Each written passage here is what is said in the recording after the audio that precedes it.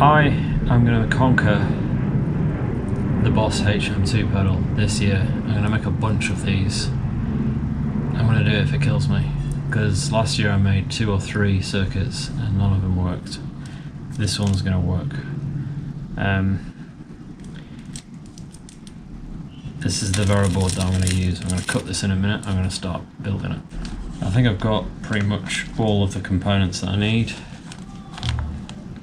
in this bag, and I've got a circuit diagram here, and this particular HM2 is going to use 2 IC sockets. It's going to use the TL072 and the TL074. That's going to go on this. And all the controls and stuff are the same. I've got to find some germanium diodes. Everything else I've got everything but the germanium diodes. So let's get cracking. Oh, look at that sky. That is a moody HM2 sky. If HM2 was a sky, it'd be like that. Okay, so this is my board that I've cut to size. It's 21 by 25, and I'm going to start populating this with, well, the cuts first, then the jumper leads, and then the components. So I've just put on the markers for the drill cut holes. I found 39, there's supposed to be 40, there must be another one somewhere. And then you just got to make the cut holes for that.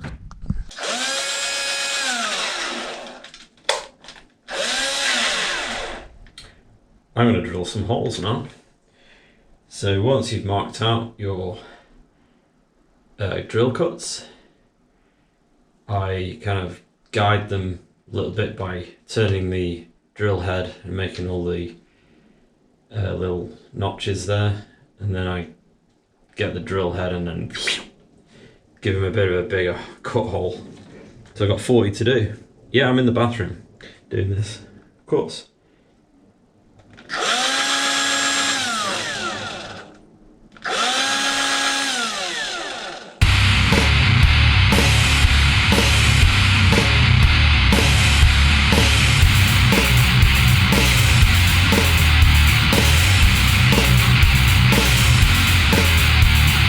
So once I've done all of that, what I'll do is I get a magnifying glass and I look at each hole and make sure that it's cut the strip properly, because if there's a slight hairline of a connect, your pedal won't work. So you've got to make sure, because just by looking at that you can't see if there's any hairlines.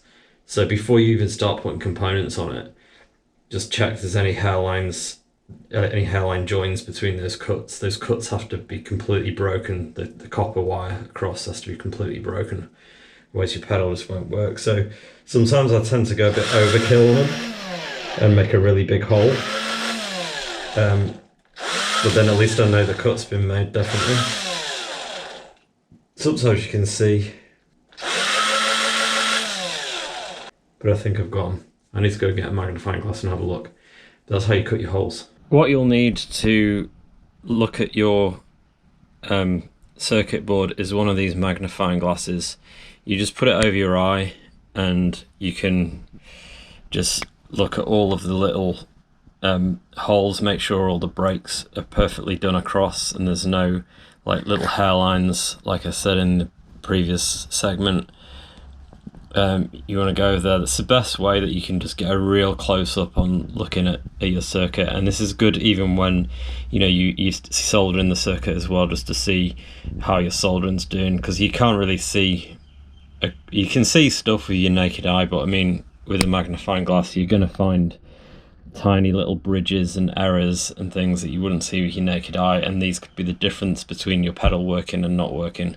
So for the cost of like $10, get yourself one of those, and it'll save you a lot of ag in the process of doing this. So all of my cut holes are made and I'm ready to put in my jumper wires. For this circuit I've got 19 links to make, so I'm going to put those in first. They'll go on this side, so the wires will come down this side. I've got some double joins as well, so I'm going to cut all my wires out and get them all ready. For making jumper leads on your circuit board, you're going to need 2 pliers. So these are ones where you can bend the wire, and then pliers to cut the wire. I use this. It's tinned copper wire. It's 22 AWG, and AWG just means like the size of the wire, the width of it, and it's 0.71 millimeter, and that's $10. It's bare wire, so I find that if you make jumper leads with like plastic coated wire, it's just too difficult when the jumper leads get so small. I've got my 19 already cut jumper leads there. That's what they look like. They kind of resemble staples, really. They work, bare wire works. I just prefer using it. It's just simple, it's easy to cut, easy to bend, easy to get in and solder. So those are all done for this HM-2 that I'm making. And the way you do it is you need to get your board and figure out where the wire's going. The first thing I'll do is bend a piece of the wire where it's still on the spool. I'll stick it in the hole that I need, and then I'll measure down how long I need it, and then I'll bend it upwards, and I'll break it with the other pliers, and then I'll bend it back round, and that'll make. I'll try and get it as tight as you can on the board, so there's no bumpiness, because you might have to have components like IC sockets and stuff going over the top of it, so you want it as flat as possible to the circuit board and as tight as possible on there. And then we're going to start soldering them on.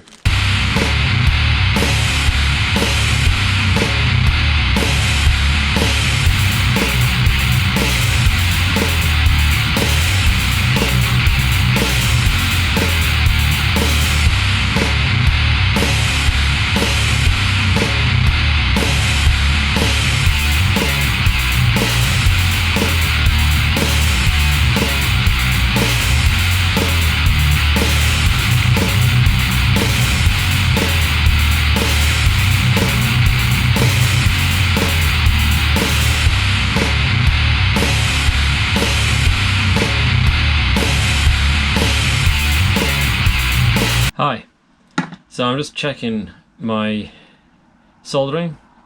I've got no bridges. That is all the jumpers in and all the soldering at the back. I just checked there's no like links or solder bridges or anything like that. If you keep checking at every stage that you do, you're not going to run into a load of trouble at the end where you got to check over everything. If you're just checking stage by stage that you've not made any errors, then you don't have to do loads and loads of checking at the end. So just make sure that your work's clean and tidy, and you shouldn't run into any trouble or problems at the end with having to troubleshoot, because these things are so difficult to troubleshoot. There could be so many different things that could be wrong, and it's just a pain in the bum, and you end up 9 times out of 10 just starting again. I have things like this. This is a chorus pedal. It looked fine, it was tidy, but when I plugged it in, the trim pot exploded. Don't know why, no idea why, but I checked my work all the way through, and then something like that happens, and this is just only good for parts now. I'll take the IC sockets off and use them again, but as for the other parts, I probably won't use them again because it's come from something that's not worked. So the next thing that we need to do with this is put the IC sockets in. I've only got 2 in this case, one there and one there. There's a 14 pin and a 6 pin one, I think.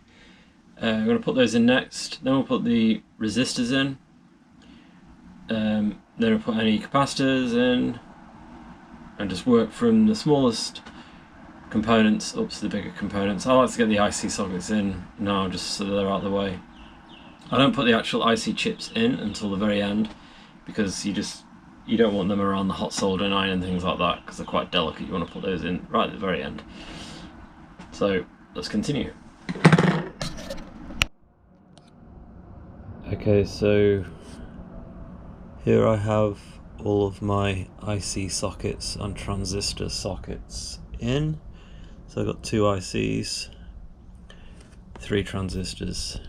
So after this stage, I start putting in all of my resistors, because they're the next smallest components, and then all of the diodes, and then all of the film capacitors, and then working up to the bigger capacitors and components. So here we go with transistors. Resistors next. Resistors. Alright, so the next bit is done. I've got all the resistors in. I'm just going to look at my diagram to see what's going to be next. I think I'll put the diodes in, and then the film capacitors, and then the electrolytic capacitors, and then at the very end you put in your transistors and your IC sockets. But actually I'll probably do the wiring after that. There's quite a few pots on this to wire up. Alright, onto the diodes and the film capacitors. Alright, so now I've got all the film capacitors in, and all the little capacitors. I don't have the electrolytics in yet. I'm missing a 68 nanofarad and a 1.5 UF capacitor, and I need to find if I've got all my transistors as well. I think I might be missing some transistors. I'm going to go out and buy some BAT46 diodes. I've got 3 Schottky BAT46 diodes that I'm going to put in. These are suitable for high gain distortions like the HM-2. They are a good alternative to germanium diodes. The original HM-2 does contain germanium diodes. I can't get my hands on any, so the BAT46, I know they're pretty good. I had those in the Green Ringer, the tentacle pedal, and they were pretty clean. So I've read up that they're pretty good for high gain distortion. So gonna use 3 of those. It says so diodes 1, 2, and 3 are Schottky German diodes made by Walter Schottky. Anyway, let's go. Alright, so pretty much done. I had a little bit of a problem with a capacitor up here. I couldn't find a 1.5 UF capacitor, so I put a 1 UF capacitor in. It's a tantalum, I think they're called, capacitor. I've given it lots of room because I don't know whether it's supposed to go positive or negative. I pretty much gather that that's the way it's got to go, but if it doesn't work I can switch it around, see if it works the other way. Yeah, they are polarized, but they won't explode, not like electrolytics. Anyway, that's that. Then I'm going to do my pot wiring. I've got, for my volume, I've got 100k mid, is it low and high or high and mid? 10k audio potentiometers, and then for the gain I've got a 250k. That's those there. They're going to be like the standard HM-2 controls. On this particular diagram there's a second mid control. I don't want that, I just want the standard, so it's telling me to do something funky with the wires, which is fine. Just wire it up a bit differently. Yeah, my diodes, just give you a shot of my diodes. They're the BAT46 diodes, those 3 you can see just in series there. Nice blue BAT46 diodes. We've got a couple of 4148s in there as well, and then a 5817 just for the voltage control, just so you don't put the wrong type of voltage in. If you put the wrong type of voltage in, it just won't work. I don't know why they bother doing that, you know, but anyway. Obviously, I've got to put my IC sockets in and my transistors. I don't do this until the very end because they're just delicate parts, and, you know, because they're socketed, they could fall out or etc. So they go in very, very last before you fire up the little thing. So onwards we go with pot wiring, I think. Okay, so I've done all my pot wiring. It was a bit of a complicated job, and I've just got two wires, these yellow and black ones, hanging out each side.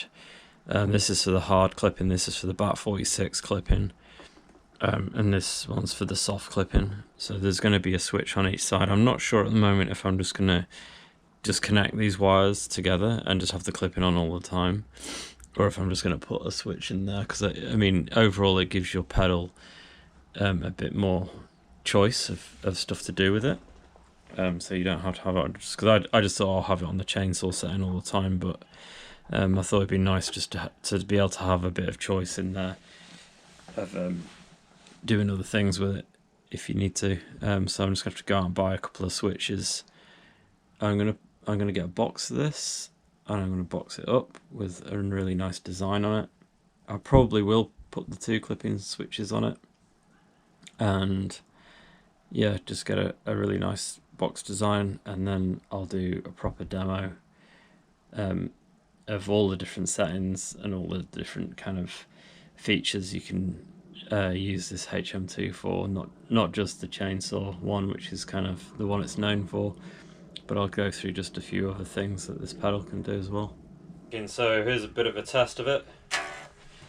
This is the clean. I've got both of the clipping switches turned on with crocodile clips at the moment.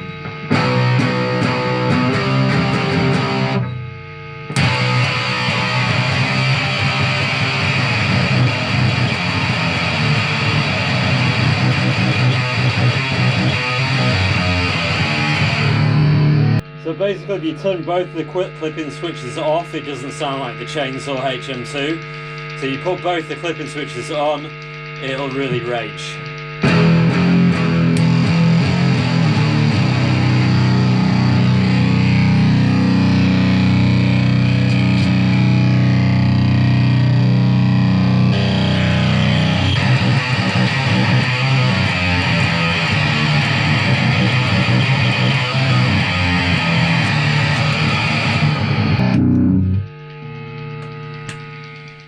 Alright, so that's the test. I'll do a full demo in the next video.